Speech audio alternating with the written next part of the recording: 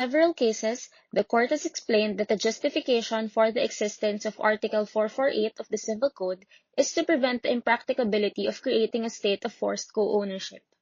In accord with the principle of accession, the landowner cannot refuse to exercise either option and compel instead the owner of the building to remove it from the land. In the case at bar, however, the land belongs to a condominium corporation wherein the builder, as a unit owner, is already in a co-ownership with other unit owners as members or stockholders of the condominium corporation, whose legal relationship is governed by a special law, the Condominium Act. Articles 448 and 546 of the Civil Code and builders in good faith are therefore inapplicable in cases covered by the Condominium Act where the owner of the land and the builder are already bound by specific legislation on the subject property and by contract. In accordance, therefore, with the Master Deed, the bylaws of Legazpi Towers, and the Condominium Act, Legazpi Towers is correct that it has the right to demolish Concession 4 at the expense of Lehman. Indeed, the application of Article 448 to the present situation is highly iniquitous in that an owner, also found to be in good faith, will be forced to either appropriate the illegal structure and impliedly be burdened with the cost of its demolition,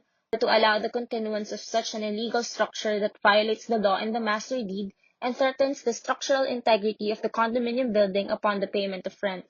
The court cannot countenance such an unjust result from an erroneous application of law and jurisprudence. Therefore, the petition is hereby denied for lack of merit.